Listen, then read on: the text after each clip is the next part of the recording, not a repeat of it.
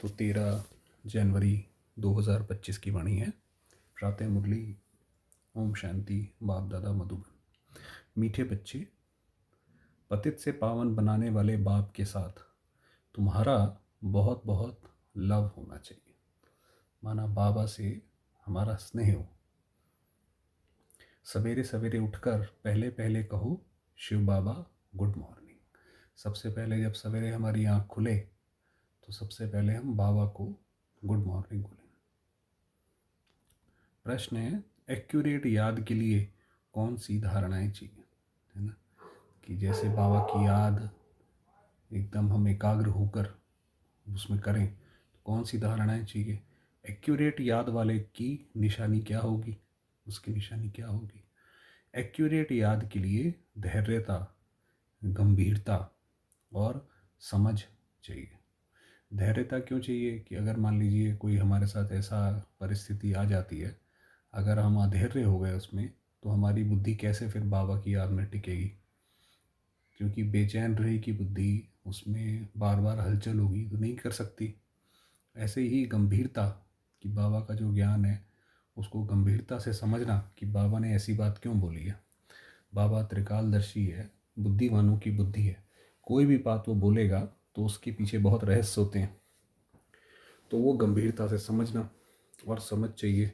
इस धारणा के आधार से जो याद करते हैं उनकी याद याद से मिलती है और बाप की करंट आने लगती है। तो माना आप यहाँ से याद करोगे, वहाँ से बाबा भी याद करेंगे, क्योंकि आप जो याद करोगे तो बाबा तक पहुँचेगी, तो करंट मिलती है। उस करंट से आयु बढ़ेगी, हेल्दी बन जाएंगी। तो ये जो बाबा को जब हम याद करेंगे और बाबा से जो हमारी याद मिलेगी उससे हमारी आयु बढ़ेगी, हेल्दी बन जाएंगे, दिल एकदम ठर जाएगी, आपका जो मन है बिल्कुल आत्मा शांत हो जाएगी, आत्मा सतो प्रधान बनती जाएगी, शीतल हो जाएगी। ओम शांति। बाप कहते हैं, मीठे बच्चे तत्वम, अर्थात तुम आत्माएं भी शांत स्वरूप हो। कैसे बाबा ने 2 शब्दों में पूरा सार किया, है ना। ओम शांति बोला और कहा तत्वम, तुम भी शांत स्वरूप हो। तुम सर्व आत्माओं का स्वधर्म है ही शांति। शांति धाम से फिर यहाँ आकर टॉकी बनते हो। ये कर्मेंद्रियाँ तुमको मिलती हैं पार्ट बजाने के लिए। ये जो कर्मेंद्रियाँ हमें मिली हैं ये पार्ट बजाने के लिए मिली हैं। आत्मा छोटी बड़ी नहीं होती है, शरीर छोटा बड़ा होता है। बाप कहते हैं मैं तो शरीरधारी नहीं हूँ। बाबा जो इस धरा पर आते हैं तो उनका अपना कोई शरीर नहीं है। मुझे बच्चों से सम्मुख मिलने आना होता है। समझो जैसे बाप है, उनसे बच्चे पैदा होते हैं तो वह बच्चा ऐसे नहीं कहेगा कि मैं परम धाम से जन्म ले माता पिता से मिलने आया हूँ। बल्कि कोई नई आत्मा आती है किसके भी शरीर में, वह कोई पुरानी आत्मा किसके शरीर में प्रवेश करती है तो ऐसे नहीं कहेंगे कि माता पिता से मिलने आया हूँ। तो 2-3 चीज़ें बाबा ने बताई कि एक तो ऊपर से भी कोई आत्मा आती है, तो एक तो नए शरीर में आती है। जब नई नई आत्मा कोई ऊपर से नीचे आती है, चाहे वो द्वापर में आए चाहे कलयुग में आए, उसमें भी आती है। और जो धर्म स्थापना के हेतु आती है वो दूसरे के शरीर में आती है। जैसे ब्रह्मा बाबा के तन में शिव बाबा आए, धर्म स्थापन किया, उसी तरीके से जो बाकी धर्म स्थापन हुए हैं वो भी ऐसे ही हुए हैं। वो धर्म स्थापना का तरीका एक ही है, तो बाकी सारे हुए। तो वही बाबा ने 2, देखिए गहराई से 2 बाबा ने जल्द बातें वो स्पष्ट की। तो फिर बाबा ने कहा कि चाहे किसी भी रीति से आत्मा आती है, ऐसे नहीं कहती कि परम धाम से आई हूँ आपसे मिलने आई हूँ, ऐसे तो कभी नहीं कहती है ना। किसके भी शरीर में वह कोई पुरानी आत्मा किसके शरीर में प्रवेश करती है तो ऐसे नहीं कहेंगे माता पिता से मिलने आया हूँ। उनको ऑटोमेटिकली माता पिता मिल जाते हैं। बच्चा आत्मा आई, माता के गर्भ में आई, जन्म लिया, बाहर आई तो माता पिता अपने आप मिल गए। यहाँ ये है नई बात। बाप कहते हैं मैं परम धाम से आकर तुम बच्चों के सम्मुख हुआ हूँ। ये जो शब्द हैं कि तुम बच्चों के आगे सम्मुख हुआ हूँ, ये और कोई नहीं कह सकता है। बच्चों को फिर से नॉलेज देता हूँ क्योंकि मैं हूँ नॉलेजफुल, ज्ञान का सागर। मैं आता ही हूँ तुम बच्चों को पढ़ाने, राजयोग सिखाने। राजयोग सिखाने वाला भगवान ही है। ये जो राजयोग है इसको भगवान सिखाते हैं। कृष्ण की आत्मा को ये ईश्वरीय पाठ नहीं है, हर एक का पाठ अपना, ईश्वर का पाठ अपना है। जैसे समझिए कि जैसे जो जिक्सॉ पज़ल होती है, जैसे भारत का नक्शा होता है, उसके अलग अलग टुकड़े कोई कर देता है, तो जैसे वो सारे टुकड़े एक दूसरे से जोड़े जाते हैं तो वो पूरा एक नक्शा बन जाता है ना। और उस नक्शे में हर पीस की अपनी वैल्यू है। उसी तरीके से जो हम सारी आत्माएं हैं वो इस कल्प वृक्ष में जैसे बुनी हुई हैं, तो हर एक की अपनी वैल्यू है। तो बाबा ने कहा हर एक का पार्ट अपना है, ईश्वर का पार्ट अपना है। तो बाप समझाते हैं मीठे बच्चे अपने को आत्मा समझो। ऐसे अपने को समझना कितना मीठा लगता है।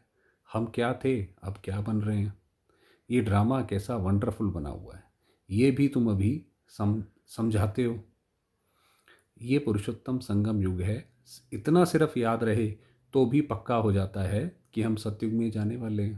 भाई अगर ये हमारी बुद्धि में है कि ये संगम युग चल रहा है, तो इसका मतलब भाई संगम चल रहा है तो कहाँ किस चीज़ का संगम है? भाई सतयुग का संगम और कलयुग का संगम है। तो कलयुग से निकल के हम सतयुग जा रहे हैं। तो बाबा ने कहा इतना भी रहे तो भी काफ़ी है। अभी संगम पर हैं, फिर जाना है अपने घर, इसलिए पावन तो ज़रूर बनना है। अंदर में बहुत खुशी होनी चाहिए। ओहो, बेहद का बाप कहते हैं मीठे मीठे बच्चों, मुझे याद करो तो तुम सतो प्रधान बनेंगे, विश्व का मालिक बनेंगे। बाप कितना बच्चों को प्यार करते हैं। ऐसे नहीं कि सिर्फ टीचर के रूप में पढ़ाकर और घर चले जाते हैं। भाई ऐसे नहीं, बाबा की सारी जिम्मेवारी है। आप समझिए अगर बाबा पढ़ाए और कोई भी बच्चा पास ना हो, एक ऐसी क्लास जिसके अंदर सारे बच्चे फेल हो जाएं, तो बच्चों के साथ साथ तो टीचर पर भी सवाल उठता है ना कि भाई टीचर ने कैसा पढ़ाया कि कोई भी बच्चा पास नहीं हुआ। तो इसीलिए बाबा की जिम्मेवारी पूरी है। वो बाप भी है, टीचर भी है, सतगुरु भी है। टीचर बना के ऐसे नहीं टीचर बोल के चले गए, पीछे बच्चे मान रहे हैं नहीं मान रहे हैं, नहीं, बाप के रूप में प्यार से मनाता है ना। चलो अच्छे ऐसा कर लो, चलो अच्छा वैसा कर लो, तो उसकी वो बाप की है। फिर जब बाप के रूप में प्यार दिया, टीचर के रूप में शिक्षा दी, फिर यहाँ छोड़ेगा क्यों? तो इसीलिए सतगुरु बन के ले भी जाता है। तो ऐसा नहीं है, ये तो बाप भी है टीचर भी है, तुमको पढ़ाते भी हैं, याद की यात्रा भी सिखलाते हैं।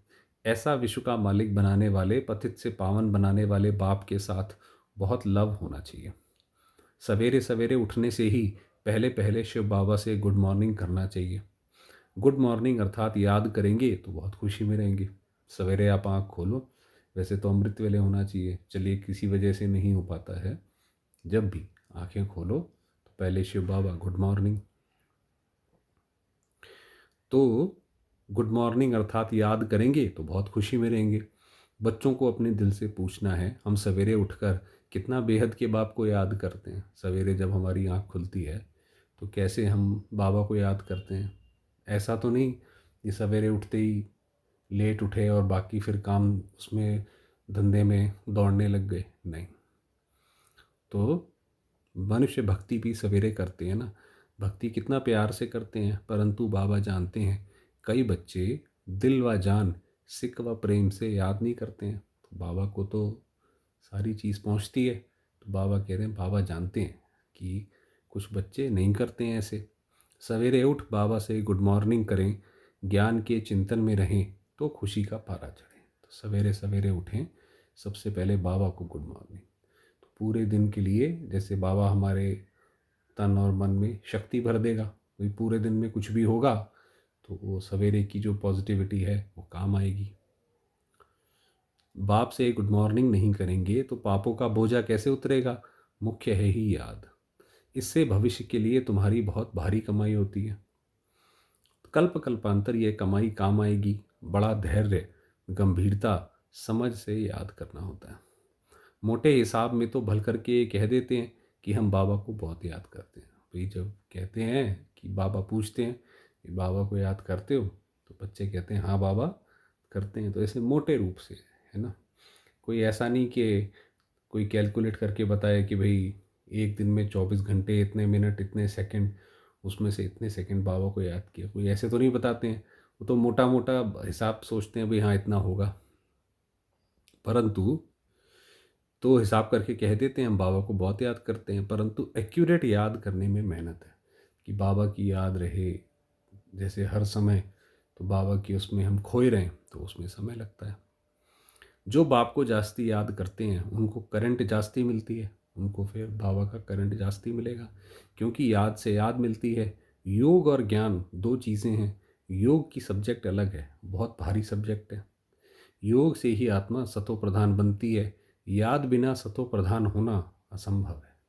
बाबा की याद जब हम करते हैं, उसके बिना कोई ये बोले कि हम सतो प्रधान बन सकते हैं, उसका मोरल अपलिफ्टमेंट हो सकता है या विकार भाग सकते हैं, तो वो होगा नहीं।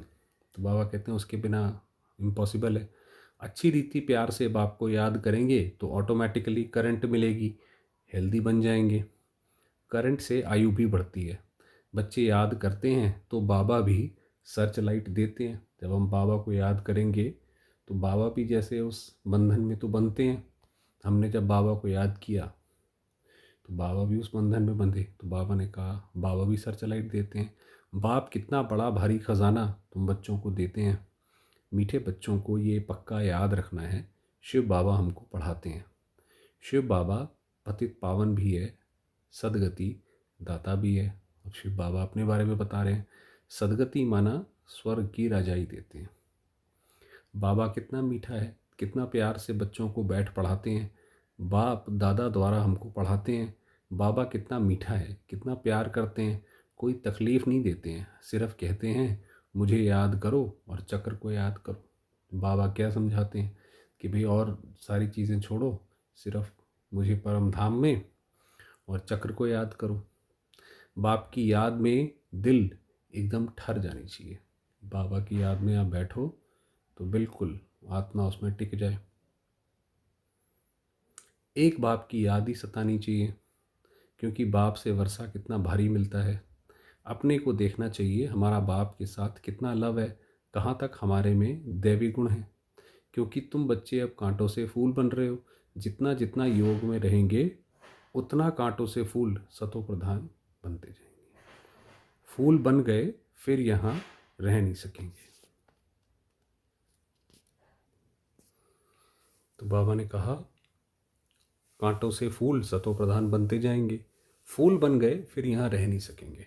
तो ये कलयुग है, यहाँ पे सब तमो प्रधान है, सारी चीज़ें खराब हैं। अगर आत्मा पावन बन गई तो आत्मा को जो शरीर वही मिलता है जो वो डिज़र्व करती है अपने संस्कारों के हिसाब से, कर्मों के हिसाब से। तो अगर आत्मा पावन बन गई तो फिर तो उड़ जाएगी। तो बाबा ने कहा नहीं रह सकेंगे। फूलों का बगीचा है ही स्वर्ग, ये तो कांटों का है। भाई कांटों का कैसे? भाई हर एक व्यक्ति एक दूसरे को दुख देता रहता है, सोचता है, कोई ज़बान से देता है, कोई हाथ पैर से देता है, कोई किसी तरीके से देता है। जो बहुत कांटों को फूल बनाते हैं उन्हें ही सच्चा खुशबूदार फूल कहेंगे। कभी किसको कांटा नहीं लगाएंगे। वही कांटा लगाना माना किसी को दुख देना। क्रोध भी बड़ा कांटा है, बहुतों को दुख देते हैं। अभी तुम बच्चे कांटों की दुनिया से किनारे पर आ गए हो। अब हम जो है, जो जैसे कांटों कोई जंगल में घूम रहा हो, भाई ये निकलेगा, कभी हाथ पे कांटा, कभी यहाँ कांटा, ऐसे लगेगा। तो अब हम जो हैं उससे पार आ गए।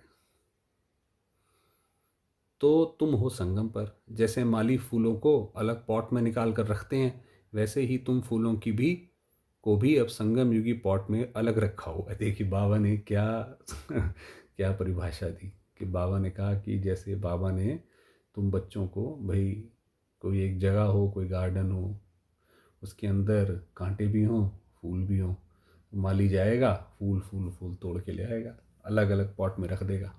तो बाबा ने कहा बाबा ने भी तुम बच्चों को अलग पॉट में रख दिया है। ये अच्छे बच्चे हैं, है ना, इनसे ही पूरे बगीचे की शोभा है, इनको अलग रख दो। तो फिर तुम फूल स्वर्ग में चले जाएंगे, कलयुगी कांटे भस्म हो जाएंगे। तो माली क्या करता है भाई कांटों का, भाई चलो भाई इसके ऊपर अब चला दो रोड रोलर, अब इसको सबको फ्लैट करो। मीठे बच्चे जानते हैं पारलौकिक बाप से हमको अविनाशी वर्षा मिलता है। जो सच्चे सच्चे बच्चे हैं, जिनका बाप दादा से पूरा लव है, उनको बड़ी खुशी रहेगी। हम विश्व का मालिक बनते हैं। हाँ, पुरुषार्थ से विश्व का मालिक बना जाता है, सिर्फ कहने से नहीं। विश्व का मालिक बनना उसका क्या अर्थ है कि अपने आप को उसके लिए तैयार करना। बाबा के तो बच्चे हैं, बाबा की राजाई है, बट राजा भी तो अपने बच्चे को तभी राजाई देगा जब उसके वो लायक होगा। तो ये सिर्फ कहने की बात नहीं है, उस वैसा बनना भी पड़ता है। जो अनन्य बच्चे हैं उन्हों को सदैव ये याद रहेगा कि हम अपने लिए फिर से वही सूर्यवंशी चंद्रवंशी राजधानी स्थापन कर रहे हैं। बाप कहते हैं मीठे बच्चे, जितना तुम बहुतों का कल्याण करेंगे उतना ही तुमको उजूरा मिलेगा। जितना हम दूसरों का कल्याण करेंगे उतना ही उजूरा मिलेगा। बहुतों को रास्ता बताएंगे तो बहुतों की आशीर्वाद मिलेगी। अब बाबा तरीका बता रहे हैं कि भाई स्वर्ग जो हम देवता बनेंगे, ऐसे नहीं बन जाएंगे देवता, कोई ऐसा हमने स्पेशल कर्म किया होगा जिसकी वजह से हम देवता बनेंगे। वो कर्म कौन सा है कि जो हम जितना हम दूसरों को ज्ञान सुनाते हैं उनकी हमें आशीर्वाद प्राप्त होती है, तो उससे मिलता है। ज्ञान रत्नों से झोली भरकर फिर दान करना है। ज्ञान सागर तुमको रत्नों की थालियाँ भर भर कर देते हैं। जो फिर दान करते हैं वही सबको प्यारे लगते हैं। तो जो बच्चे बाबा के ज्ञान का दान करते हैं वही सबको प्यारे लगते हैं। बच्चों के अंतर में कितनी खुशी होनी चाहिए। सेंसिबल बच्चे जो होंगे वह तो कहेंगे हम बाबा से पूरा ही वर्षा लेंगे, एकदम चटक पड़ेंगे बाबा के साथ, एकदम बाबा को छोड़ेंगे ही नहीं, है ना। बाबा की याद में ही खोए रहेंगे। बाप से बहुत लव रहेगा क्योंकि जानते हैं प्राण देने वाला बाप मिला है। कि जैसे बाबा के जो ये जो शब्द हैं ये क्या है, जैसे आज के समय में प्राणदायी है। नॉलेज का वरदान ऐसा देते हैं जिससे हम क्या से क्या बन जाते हैं, इनसॉल्वेंट से सॉल्वेंट बन जाते हैं। इतना भंडारा भरपूर कर देते हैं। जितना बाप को याद करेंगे उतना लव रहेगा, कशिश होगी, है ना। जितना बाबा को याद करेंगे उतना बाबा के साथ भी बाबा के करीब आते जाएंगे, करीब आते जाएंगे तो उतना लव बढ़ता जाएगा, कशिश होगी। सुई साफ होती है तो चकमक तरफ खींच जाती है ना, चुंबक की उसको खींच लेती है। भाई अगर सुई पे जंग होगी तो चुंबक कितनी भी पावरफुल हो सुई को नहीं खींच सकती। इसी तरीके से हमारी आत्मा में भी अगर हम भी और हमारे अंदर विकार होंगे तो कैसे बाबा का स्नेह अनुभव होगा, नहीं होगा।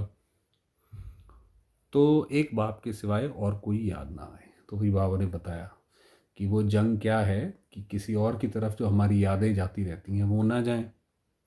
जैसे स्त्री का पति के साथ कितना लव होता है, तुम्हारी भी सगाई हुई है ना, सगाई की खुशी कम होती है क्या। शिव बाबा कहते हैं मीठे बच्चे तुम्हारी हमारे साथ सगाई है। देखिए जो सोमनाथ इसको कहते हैं पतियों का पति है जी, वो बाबा कह रहा है कि तुम बच्चों की हमारे साथ सगाई हुई है। ब्रह्मा के साथ सगाई नहीं है हमारी, ब्रह्मा बाबा के साथ सगाई नहीं है, शिव बाबा के साथ है। सगाई पक्की हो गई तो फिर उनकी ही याद सतानी चाहिए। बाप समझाते हैं मीठे बच्चे गफलत मत करो। गफलत माना ये जो बाबा जो हमें शिक्षा देते हैं उसकी अवज्ञा नहीं करो। सुदर्शन चक्रधारी बनो। सुदर्शन चक्रधारी अपना दर्शन करते रहो। मैं अपना परम धाम में थी, उसके बाद नीचे आई श्री कृष्ण के पास, ऐसे ऐसे करके जन्म लिए। लाइट हाउस बनो। सुदर्शन चक्रधारी बनने की प्रैक्टिस अच्छी हो जाएगी तो तुम जैसे ज्ञान का सागर हो जाएंगे। जैसे स्टूडेंट पढ़कर टीचर बन जाते हैं ना, भाई कई स्टूडेंट होते हैं वो इतना अच्छा पढ़ते हैं उनको ही टीचर, कॉलेज वाले उनको ही टीचर रख लेते हैं। तुम्हारा धंधा ही ये है, सबको सुदर्शन चक्रधारी बनाओ, तब ही चक्रवर्ती राजा रानी बनेंगे। इसलिए बाबा सदैव बच्चों से पूछते हैं सुदर्शन चक्रधारी हो बैठे हो। जब हम खुद सुदर्शन चक्रधारी बनेंगे तब हम ये कर पाएंगे, बन पाएंगे। बाप भी सुदर्शन चक्रधारी है ना। बाप आए हैं तुम मीठे बच्चों को वापस ले जाने। बाबा आया है। कई कई वाणियों में तो बाबा ने देखो कैसे कहा है, व्यक्त वाणियों में कि चलना तो पड़ेगा चाहो ना चाहो। बाबा जब भला करता है, कल्याण करता है तो ज़बरदस्ती भी करता है। तो तुम बच्चों बगैर हमको भी जैसे बेआरामी होती है। अब बाबा अपना देखिए, अपना बता रहे हैं कि बाबा कह रहे हैं कि तुम बच्चों बगैर हमको भी जैसे बेआरामी होती है। बाबा को भी थोड़ी क्या बोला जाए, बेआरामी शब्द बोला है बाबा ने तो, कि भाई बेआरामी होती है कि चलो भाई चलें बच्चों को लेकर आएँ, है ना। जब समय होता है तो बेआरामी हो जाती है। बस अभी हम जाऊं, बच्चे बहुत पुकारते हैं, बहुत दुखी हैं। तो जैसे करते करते करते करते समय आता है तो देखिए ये बाबा के जो इमोशंस हैं ये भगवान को कैसा लगता है ना, भगवान क्या सोच के आते हैं, ये हमें अभी ही पता पड़ता है। इस चीज़ का हम अनुभव अभी कर सकते हैं। तो बाबा कह रहे हैं कि बाबा को लगता है कि मैं जाऊं, बच्चे बहुत पुकारते हैं, बहुत दुखी हैं, तरस पड़ता है। अब तुम बच्चों को चलना है घर, फिर वहाँ से ही तुम आपे ही चले जाएंगे सुखधाम। वहाँ मैं तुम्हारा साथी नहीं बनूंगा। तो बाबा पूरा ज्ञान देते हैं कि तुम मेरे साथ चलोगे, वहाँ से फिर तुम अपने आप आगे चले जाओगे। अपनी अवस्था अनुसार तुम्हारी आत्मा चली जाएगी। जैसे सतयुग आएगा, जिसकी जैसी अवस्था होगी उस हिसाब से सृष्टि की जो अवस्था होगी, जैसी वो दोनों मैच होगी, किसी की सतयुगी अवस्था है, सृष्टि भी सतयुगी है, वो आत्मा नीचे आ जाएगी, तो ऐसी अवस्था होगी। तुम बच्चों को ये नशा रहना चाहिए कि हम रूहानी यूनिवर्सिटी में पढ़ रहे हैं, हम गॉडली स्टूडेंट हैं, हम मनुष्य से देवता अथवा विश्व का मालिक बनने के लिए पढ़ रहे हैं। इससे हम सारी मिनिस्ट्री पास कर लेते हैं, हेल्थ की एजुकेशन भी पढ़ते हैं, कैरेक्टर सुधारने की भी नॉलेज पढ़ते हैं। बाबा की ये जो नॉलेज पढ़ लेंगे, उसके बाद भविष्य में जो राजकाज होगा कुछ अलग से पढ़ने की ज़रूरत नहीं पड़ेगी, इसमें सब आ जाता है। बाबा की नॉलेज में सब आ गया, health ministry, food ministry, land ministry, building ministry, सब इसमें आ जाती है। मीठे मीठे बच्चों को बाप बैठ समझाते हैं। जब कोई सभा में भाषण करते हो व किसको समझाते हो तो घड़ी घड़ी बोलो, अपने को आत्मा समझ, परम पिता परमात्मा को याद करो। इस याद से ही तुम्हारे विकर्म विनाश होंगे, तुम पावन बन जाएंगे। घड़ी घड़ी ये याद करना है। परंतु तुम ये भी तुम तभी कह सकेंगे जब खुद याद में होंगे। तो बाबा ने कहा ये सत्य ज्ञान है, ऐसा नहीं है पंडितों की तरह। जैसे वो बाबा कहते वो पंडित था, खुद नहीं करता था, दूसरों को बोलता था, तो वो वाला कुक्कड़ ज्ञानी नहीं चलेगा। तुम सभा में खड़े हो, पहले तुम उस याद में टिको, उसका आनंद लो, फिर उसके बाद बाकियों को बोलो। इस बात की बच्चों में बहुत कमज़ोरी है। अंदरूनी तुम बच्चों को खुशी होगी, याद में रहेंगे, तब दूसरों को समझाने का असर होगा। तुम्हारा बोलना जास्ती नहीं होना चाहिए। तो बाबा ने कहा तुम जब बोलो तो तुम्हारा ये नहीं है कि लंबा लंबा लंबा लंबा करके बोलते जा रहे हैं, नहीं। आत्माभिमानी हो, थोड़ा भी समझाएंगे तो तीर भी लगेगा। बाप कहते हैं बच्चे बीती सो बीती, चलो पीछे जो भी हुआ, कहीं भाषण करा अच्छा करा, कहीं भाषण नहीं करा वो भी अच्छा किया, चलो जी बीती सो बीती। अब पहले अपने को सुधारो। खुद याद करेंगे नहीं, दूसरों को कहते रहेंगे, ये ठगी चल ना सके। बाबा ने कहा ये चीज़ यहाँ नहीं चलेगी, ये तो ठगपन है। अंदर दिल ज़रूर खाती होगी। बाप के साथ पूरा लव नहीं है तो श्रीमत पर चलते नहीं हैं। बेहद के बाप जैसी शिक्षा तो और कोई दे ना सके। बाप कहते हैं मीठे बच्चे, इस पुरानी दुनिया को अब भूल जाओ। ये जो पुरानी दुनिया है, यहाँ से अपनी बुद्धि निकाल लो। पिछाड़ी में तो ये सब भूल ही जाना है। बुद्धि लग जाती है अपने शांति धाम और सुख धाम में। पिछाड़ी में हमारी बुद्धि बिल्कुल टिक जाएगी कि चलो भाई अभी दुनिया तो गई, अब ये ख़त्म, चलें भाई हम अपने घर। तो ऐसे करके होगा।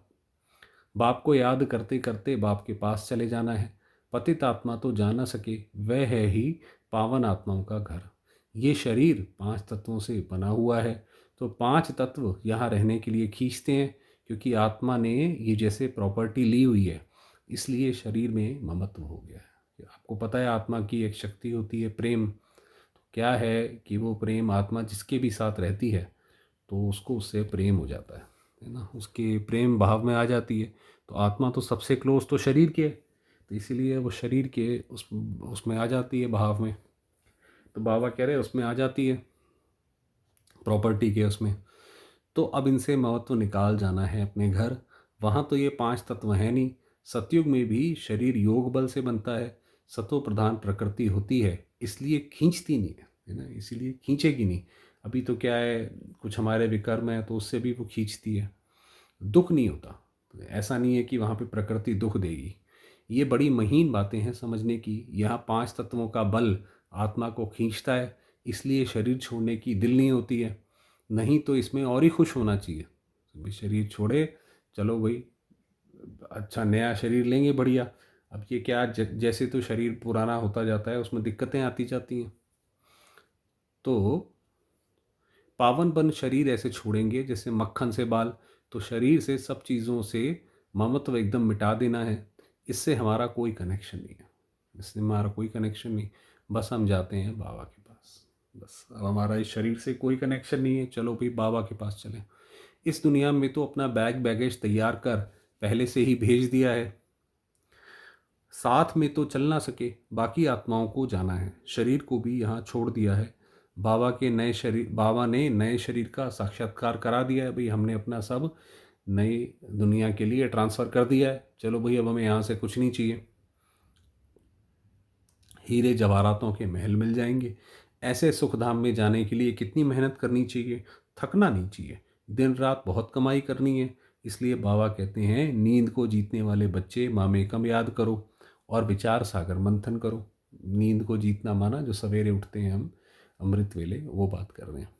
ड्रामा के राज को बुद्धि में रखने से बुद्धि एकदम शीतल हो जाती है। जैसे हम ये ड्रामा का राज अपनी बुद्धि में बिठाते हैं और ये समझ आता है कि भाई जो भी हो रहा है बहुत अच्छा हो रहा है जी, इसमें कोई चिंता करने की बात नहीं है, सब एक ड्रामा बिल्कुल एक्यूरेट है, ड्रामा हमारा सहयोगी है। तो बुद्धि हमारी फिर कहती है अच्छा जी, अब शीतल हो जाती है, शांत हो जाती है कि चलो ये तो बहुत अच्छी बात है। जो महारथी बच्चे होंगे वह कब हिलेंगे नहीं, शिव बाबा को याद करेंगे तो वह ज़रूर संभाल भी करेंगे। तो वही बताया, जैसे बाबा को याद करते हैं तो बाबा भी उस बंधन में आता है कि भाई ये बच्चा याद कर रहा है, तो हमारी संभाल भी फिर बाबा को करनी पड़ती है। बाप तुम बच्चों को दुख से छुड़ाकर शांति का दान देते हैं, तुमको भी शांति का दान देना है। तुम्हारी ये बेहद की शांति अर्थात योग बल दूसरों को भी एकदम शांत कर देंगे। ये हमारी सेवा होगी कि जब अंत में हर जगह हाहाकार होगा और आत्माएं परेशान होंगी तो हमारी वो अवस्था देख के शांत हो जाएंगी। झट मालूम पड़ जाएगा ये हमारे घर का है व नहीं। आत्मा को झट कशिश होगी, ये हमारा बाबा है। नब्ज भी देखनी होती है, बाप की याद में रहे फिर देखो ये आत्मा हमारे कुल की है। भैया आप किसी से को आप ज्ञान सुना रहे हो, देखो पहले वो आत्मा कैसी है। अगर होगी तो एकदम शांत हो जाएगी, अगर हमारे कुल की होगी तो जब बाबा का ज्ञान सुनेगी बिल्कुल शांत हो जाएगी। फिर वो जो इस कुल के होंगे उन्हों को ही इन बातों में रस बैठेगा, क्योंकि जो आत्मा ने सतयुग देखा हुआ है, सतयुग में गई हुई है, वो तो आत्मा समझ जाएगी, उसको वो याद पक्की हो जाएगी कि हाँ भी सही बात है, हम थे उसमें, चाहे उसको पूरा याद ना आए, थोड़ा थोड़ा टच होगा। जो इसकी होगी नहीं वो कहेगी नहीं जी भाई ये तो आप इमेजिनेशन की बात करते हैं, क्योंकि वो आत्मा के लिए सही बात है, वो आत्मा के लिए है इमेजिनेशन, क्योंकि वो आत्मा गई नहीं वहाँ पे।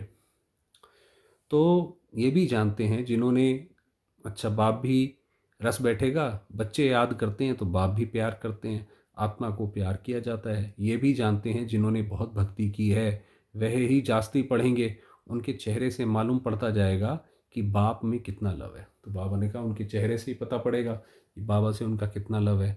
आत्मा बाप को देखती है, बाप हम आत्माओं को पढ़ा रहे हैं, बाप भी समझते हैं हम इतनी छोटी सी बिंदी आत्मा को पढ़ाता हूँ। तो बाबा आप देखिए जब भी कभी व्यक्तवाणी होती है तो बाबा आते हैं, तो बाबा यही देखते हैं कि भाई ये ज्योतिर्बिंदु मेरे बच्चे हैं, आगे चल तुम्हारी ये अवस्था हो जाएगी, समझेंगे हम भाई भाई को पढ़ाते हैं, शक्ल बहन की होते भी दृष्टि आत्मा तरफ जाए। भाई बाबा कहते भाई शरीर ऊपर का जो मर्जी हो, आप हीरे को देखो, भाई उस ज्योतिर्बिंदु चमकती हुई आत्मा को देखो, शरीर पर दृष्टि बिल्कुल ना जाए। इसमें बड़ी मेहनत है, ये बड़ी महीन बातें हैं, बहुत बड़ी ऊंच पढ़ाई है, वज़न करो तो इस पढ़ाई का तरफ बहुत भारी हो जाएगा। बाबा ने कहा ये पढ़ाई कितनी ज़रूरी, कितनी वैल्यूएबल है, तो वो आप वज़न करोगे, मतलब आप दूसरे सब्जेक्ट्स पढ़ो और इसको पढ़ो तो इसका वज़न बहुत भारी है, ये बहुत अच्छी पढ़ाई है ये। अच्छा मीठे मीठे से खिलते बच्चों प्रति माता पिता बाप दादा का याद प्यार और गुड मॉर्निंग। रूहानी बाप की रूहानी बच्चों को नमस्ते। हम रूहानी बच्चों की रूहानी बाबा को याद प्यार और नमस्ते। धारणा के लिए मुख्य सार है, अपनी झोली ज्ञान रत्नों से भरकर फिर दान भी करना है। जो दान करते हैं वो सबको प्यारे लगते हैं, उन्हें अपार खुशी रहती है।